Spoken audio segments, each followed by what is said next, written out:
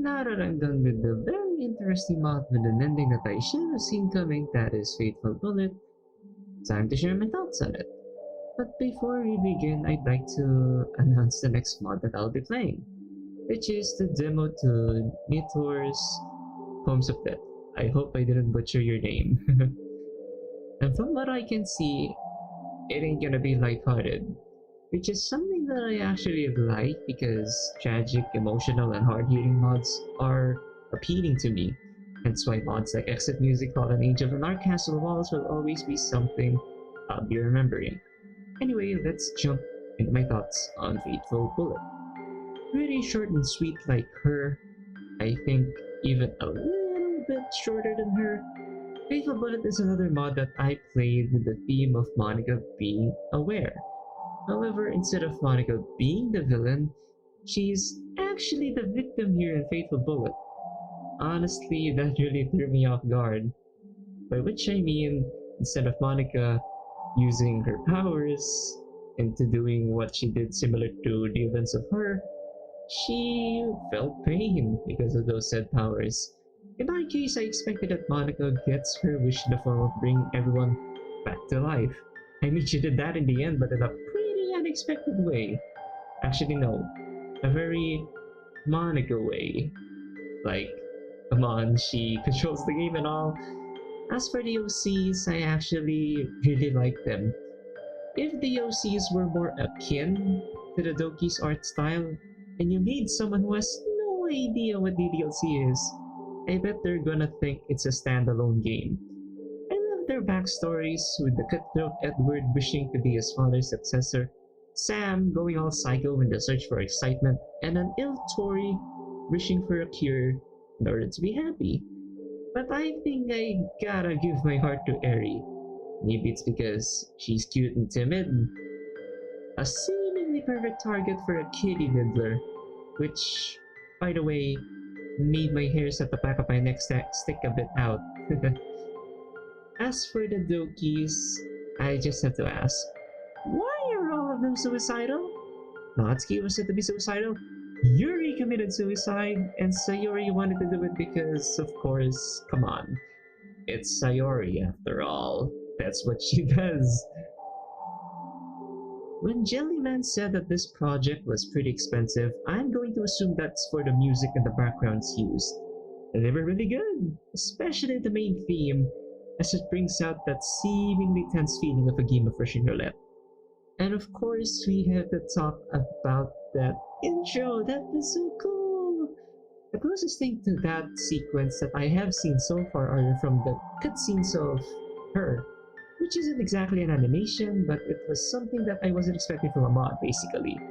To whoever made that, slow claps. For you, my friend. That was amazing. And speaking of her, I feel like I should have played it after Fateful Bullet, because it seems to be the origin story of the DLC, as Monika discovers her powers in the ending and quote-unquote makes her own game in order to be happy, which is Doki Doki Literature Club. I can confirm that claim because after this scene, game reverts back to the original, as when you boot up the game after completing the story, it shows this.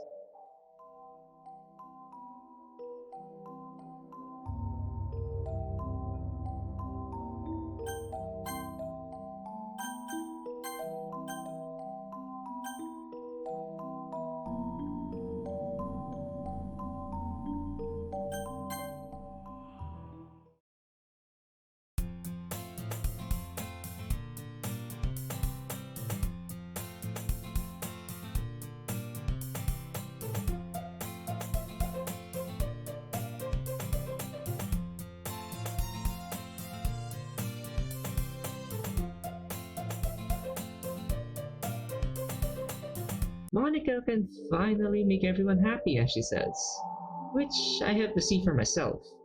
Are Eri and the others in there? Or is it really just the Dokis? Now, my headcanon for this is that after the final events of Fateful Bullet, Monika deletes Fateful Bullet and then creates Doki Doki Literature Club. Monika then deletes Eri, Edward, and Tori as they do not fit in the game. Since they got no uniforms, Tori and Eri don't really fit into any of the bere stereotypes as much as the Dokis do, and Edward's a guy. And I don't think I need to explain that. Sam is then replaced with our beloved vegetable of an MC. I think that's not too far-fetched. I mean, if Monika can alter personalities, I guess altering appearances isn't too far off, especially since she did this. After that, the DLC plays out, and Monika gets deleted. The events of her then play out a year later, the black scientist encountering a Monika that just escaped from a crappy laptop. You guys probably already know what happened. The scientist gets controlled, Monika sends him to the Shadow Realm, Daniel and Scientist use the trap card called Power of Bromance to counter Monika. Monika gets zapped, bada bing, bada boom, we're back in the real world and Monika is dead. All in all, Fateful Bullet was a short but fun ride. And to Jellyman and those who helped him, thank you so much for the mod. And to those two projects that you have planned, I wish you guys good luck. I have a list of mods that I wish to play and the mods that I'm looking forward to this year, but as I said at the beginning, Homes of Death will be my next mod to play. Thank you so much for watching, and I'll see you until then. Leave a like if you enjoyed, subscribe for more playthroughs and whatever I may think of in the future, if there is any. Have a good day, and goodbye.